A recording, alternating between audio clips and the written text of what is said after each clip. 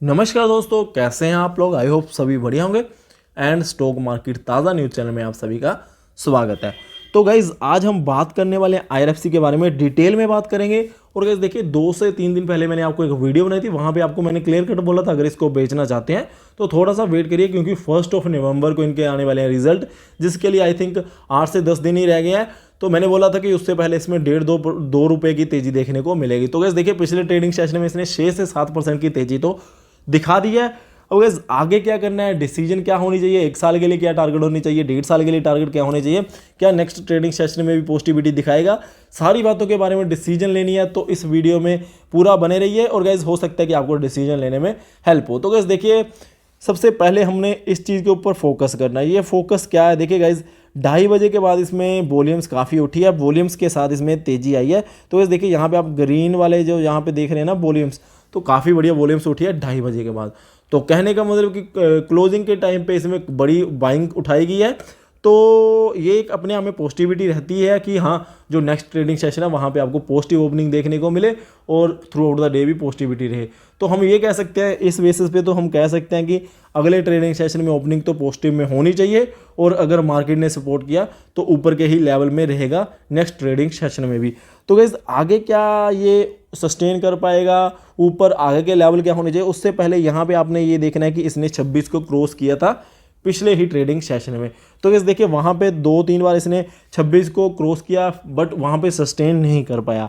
अब अगर मैं आपको जब से ये कंपनी लिस्ट हो रखी है वहाँ पे लेके चलूँ, उस चार्ट के ऊपर लेके चलूँ, वहाँ पे भी आप देखिए गाइज ये 26 वाला लेवल कल का है, उससे पहले भी 26 का लेवल जुलाई में यहाँ पे बिल्कुल सस्टेन नहीं कर पाया। और इनिशियल फेस में तो इसने काफ़ी बार 26 के लेवल के ऊपर जाने की कोशिश की, बट स्ट्रगल करता रहा, नीचे आया। लगातार इसमें प्रॉफिट बुकिंग या फिर ये लगा के चलिए कि सेलिंग हुई थी।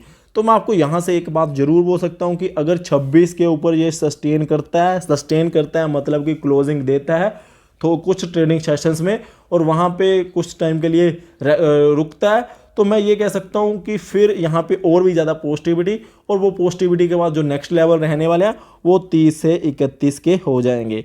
तो इस देखिए 26 के ऊपर सस्टेन करने के बाद 30 से 31 के लेवल होने के लिए हमें एक और चीज़ माइंड में लेके चलनी है, वो ये है कि जो 1 नवंबर को इनके रिजल्ट आने वाले हैं। जैसे कि देखिए गाइज बहुत से इन्वेस्टर्स को लग रहा है कि इनके रिजल्ट बढ़िया आएंगे, हमें भी लग रहा है कि बढ़िया रिजल्ट आने चाहिए, क्योंकि कंपनी ऐसी है कि वाई ऑन वाई बेसिस पे, क्वार्टर ऑन क्वार्टर बेसिस पे बढ़िया परफॉर्मेंस देती ही आती है।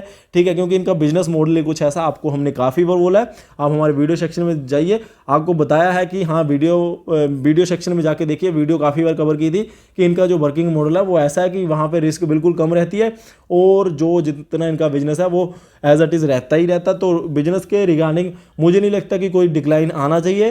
तो अगर वहाँ पे ग्रोथ होएगी, रेवेन्यूज में ग्रोथ रहेगी, तो 30-31 की ओर जाने के लिए एक हेल्प हो जाएगी इस शेयर को। जैसे कि देखिए गाइस अब 1 नवंबर को अगर फाइनेंशियल्स ऐसे आ गए कि हाँ भाई बहुत बढ़िया धमाकेदार रिजल्ट आए हैं, धमाकेदार ग्रोथ की है कंपनी ने, तो डेफिनेटली 30-31 के ऊपर जाना ही जाना है।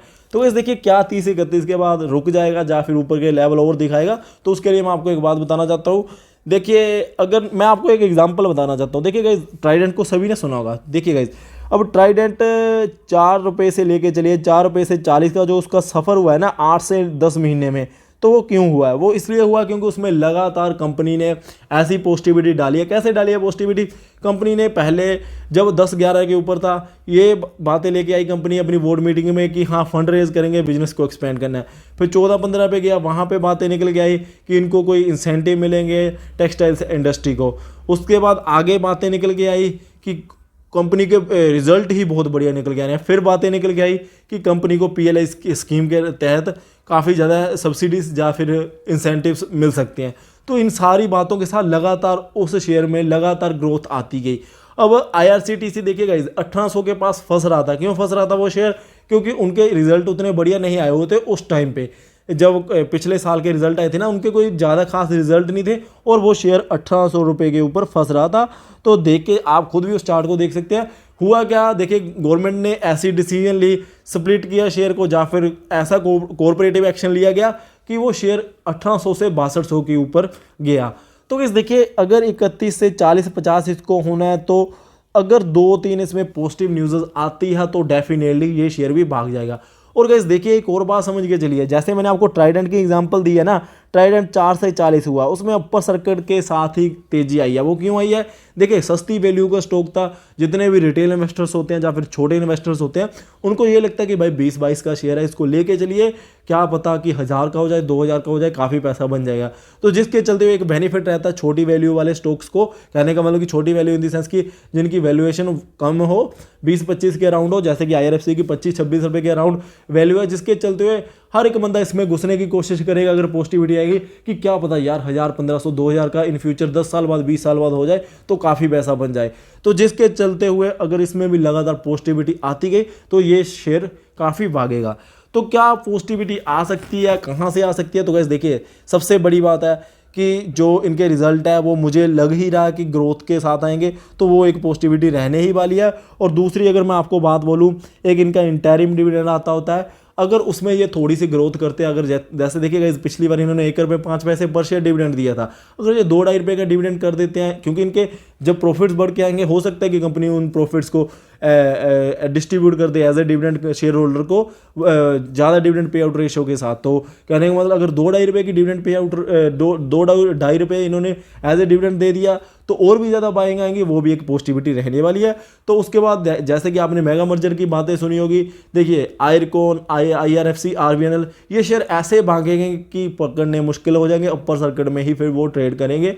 तो ये डिसीजंस कभी भी आ सकती हैं, तो आप बने रहिए इस शेयर में, आपको पैनिक तो होना ही नहीं चाहिए।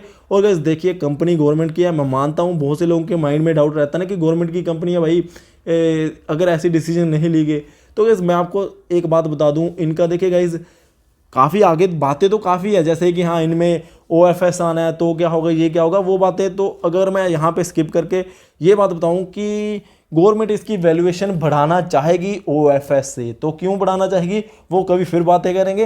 हाँ, ऑफर फॉर सेल से पहले इसकी वैल्यू बढ़ाना चाहेगी गवर्नमेंट।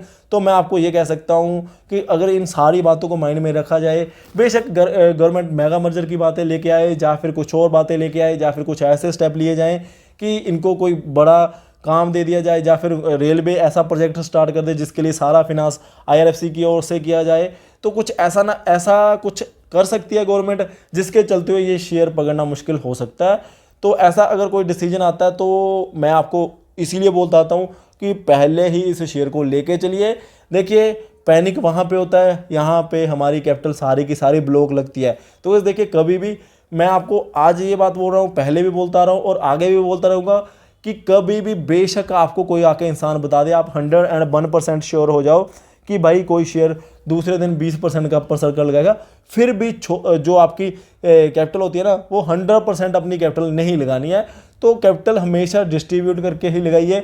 म्यूचुअल फंड्स को आपको पता ही होगा, म्यूचुअल फंड्स कैसे पैसे को अपने को इन्वेस्ट करते हैं, तो ऐसा कभी नहीं करते हैं वो कि हाँ यार सारी कैपिटल एक ही शेयर में लगा दी है। तो पैनिक तो वहीं पे आता है, यहाँ पे हम अपनी जो भी हमारी कैपेसिटी होती है उससे ज़्यादा इन्वेस्टमेंट कर देते हैं। अब गैस देखिए बहुत से लोग होते हैं जिन्होंने फ्यूचर रिटेल का शेयर भी खरीदा था, ठीक है, फ्यूचर ग्रुप का बहुत से लोगों ने शेयर खरीदा था। अब जिन लोगों ने शेयर ही उतने खरीदे हैं जैसे 2000, 3000, 5000 के, तो उनको तो पैनिक होगा नहीं, बेशक वो आधे हो जाए तो 2500 रह गया। अब जिस इंसान ने उस टाइम पे कि हाँ रिलायंस के साथ डील हो रही है, अपना 10 लाख का 10 लाख उसमें लगा दिया, वो 10 लाख का रह गया 2 लाख 3 लाख, तो उन्हीं को पैनिक होता है ना। तो बस देखिए मैं आपको बोलता आता हूँ, ऐसा नहीं है कि हाँ सिर्फ एक ही शेयर ने भागना होता है। हमेशा ये करिए, सपोज करिए कि ABCD 4 शेयर है, अगर आपको लग रहा है कि भाई A शेयर तो 1 साल में डबल हो जाएगा, ये वाले 10%, ये वाला 10% भागेगा, ये वाला 20% और ये वाला 30%, तो आपकी जो समझदारी है वो उसी में रहेगी कि हाँ आप सभी में डिस्ट्रीब्यूट करके पैसा लगाइए। क्योंकि अगर आप वो A वाला डबल हो भी जाता तो आपकी कुछ पोर्शन डबल होगा और जो कुछ पोर्शन बच जाएगा उसमें आपको कुछ ना कुछ रिटर्न तो मिल रही है ना, जो आपको सेफ है। अगर आप सारा का सारा A में लगा दो और कुछ ऐसी एडवर्स न्यूज़ निकल के आ जाए, डबल की बजाय आपका पैसा आधा रह जाए, ना तो आप इन्वेस्टमेंट को निकालने लायक रहते हो और ना ही फिर आपको फिर शेयर मार्केट के ऊपर से विश्वास उठना स्टार्ट हो जाता है। तो इस मैं आपको यही बात यहाँ पे रिक्वेस्ट करने की कोशिश कर रहा हूँ कि बहुत ज़्यादा ऑप्टिमिस्टिक भी नहीं होना चाहिए कि हाँ भाई अपना सारा कुछ बेच के एक ही शेयर में लगा दिया। हाँ ये बात ज़रूर है कि अच्छे शेयर, जैसे मैंने आपको बोला कि हाँ IRFC में फ्यूचर में क्यों ग्रोथ हो सकती है, इन ऐसे शेयर को अगर खरीदना है तो इसमें उतना कैपिटल लगा दीजिए, जैसे 15-20% मैं ऑलरेडी बोलता आता हूँ, फिर उसको लगा के डेली का पैनिक छोड़ दीजिए और लॉन्ग चलिए 1 साल में मैं बोल रहा हूँ, मुझे लगता है मिनिमम देखिए गाइस उससे पहले भी हो सकता है 32-35 के लेवल कम से कम बोल रहा हूँ गाइस, देखिए 40 की ओर भी जाना चाहिए मेरे अकॉर्डिंगली। बाकी गाइस देखिए 5 से 6 साल में तो काफ़ी ऊपर के लेवल है, वो हम फिर भी डिस्कस करते रहेंगे। तो मैं आपको यही बात बोल रहा हूँ, आज से अपना एक रूल बना लीजिए कि हाँ भाई हमने पैनिक नहीं लेना है और किसी भी शेयर में 20-25% से ज़्यादा कैपिटल, 25 भी मैं बहुत ज़्यादा एक्सट्रीम केस में बोल रहा हूँ, यहाँ पे आपको बहुत ही ज़्यादा लगाव हो जाए कि हाँ भाई लेना ही है ये शेयर, हाँ ज़्यादा क्वांटिटी में लेना है तभी लगानी है 25% कैपिटल, अदरवाइज अपनी कैपिटल का 20% से ज़्यादा पैसा नहीं लगाइए। क्योंकि देखिए गाइज जो बड़े बड़े इन्वेस्टर्स हैं वो भी यही रूल को फॉलो करते हैं, 25-20% भी मैं आपको ज़्यादा बोल रहा हूँ, वो तो इवन 10-10% से ज़्यादा पैसा नहीं लगाते हैं। तो अगर आपके पास कम कैपिटल है, आपको लगता है कि हाँ भाई कैपिटल ही 1 लाख है, उसमें से अगर किसी शेयर में 20 लगाएंगे तो 40 ही बनेगा, क्या मज़ा आया।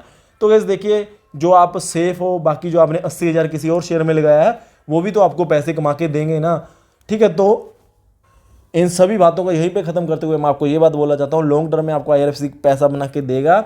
और देखिए गाइज आपने पिछले एक ट्रेडिंग सेशन में 6% की तेज़ी भी देखी है, वैसी तेज़ी आपको जो पिछले 1 महीने में कंसोलिडेशन हो रही होती है उस सभी का आपका हिसाब होता है जो बराबर कर देती है।